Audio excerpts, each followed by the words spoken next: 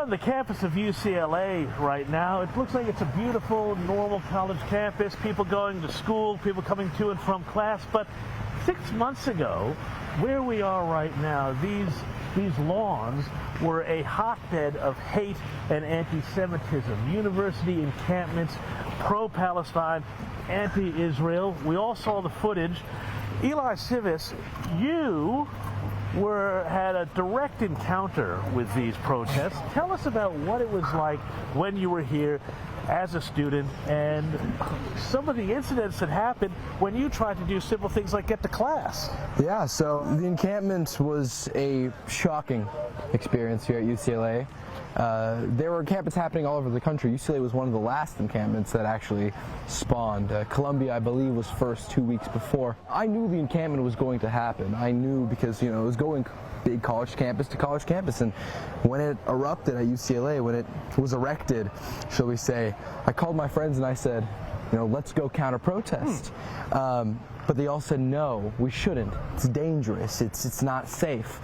Were the people doing the encampment, were they students or were they from outside the campus? Both. The people that started the encampment towards the beginning, the people that were actually here were mainly this area right here started. Yeah. It was small at first, this area and that grass field. The encampment at first was very, it wasn't large at all. Anyone could pretty much hop in and hop out. They didn't have big barricades. Yeah. So when I went there, I actually stood right up there by that fountain, held an Israeli flag facing this area. Free speech, right? Counter-protest. Free speech. What was the reaction to that? The reaction was there was a person who claimed to be a professor who was standing up there with me, and she started arguing with me. We later found out she was not a professor. Not a professor, what a surprise. She was a TA. I know, what a surprise. Yeah. She was a TA, but claimed to be a professor. Yeah. Started arguing with me, and she lost. How can I say? I schooled her in the argument. She became hysterical, started crying, and that was viral. That went viral. News channels started picking it up. Headlines: UCLA student schools professor. But that wasn't the only incident. No, that was the first incident. That was the first incident. Not the biggest incident. You were also blocked from entering one of the buildings here on campus just because you're a student who believes something different to the whole Palestine narrative. Absolutely. So the encampment started on Thursday. It went on until the next week, Wednesday. On Monday, they pretty much stretched out 100 meters that way and 100 meters that way. And the university is doing nothing about this. They did not do anything productive about it. They put up metal barricades to force the encampment to not expand. All the students that were participating inside the encampment, they just lifted the metal barricades and expanded it themselves. In fact, I'd say the metal barricades were part of the problem. It made it more difficult for when the police came to remove the encampment.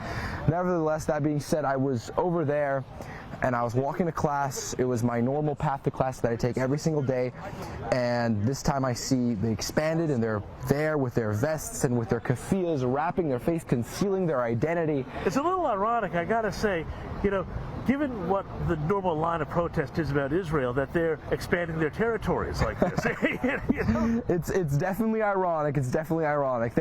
They claim that, the Zionist movement is a movement of colonialization when they don't realize that it's the biggest story and the greatest story of decolonization.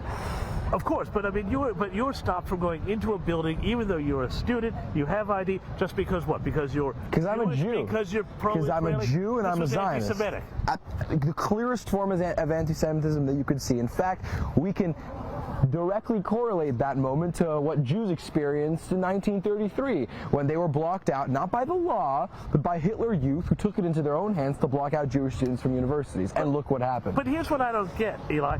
This university, all the universities, every university I know in the United States, they are crazy about the microaggressions. They're crazy about discrimination.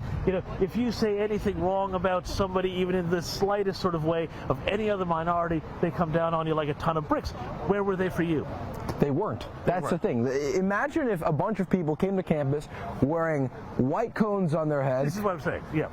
They wouldn't even make it onto campus. They would have been immediately arrested and sent off, even though theoretically they would have the right to be here because freedom of speech. But the fact that you have SJP that comes onto campus and says the horrific, Students for Justice for Palestine, says the horrific garbage that comes out of their mouth about Jews and Zionists and about Israel, and the fact that they're not only do they get away with it, but they are applauded by faculty.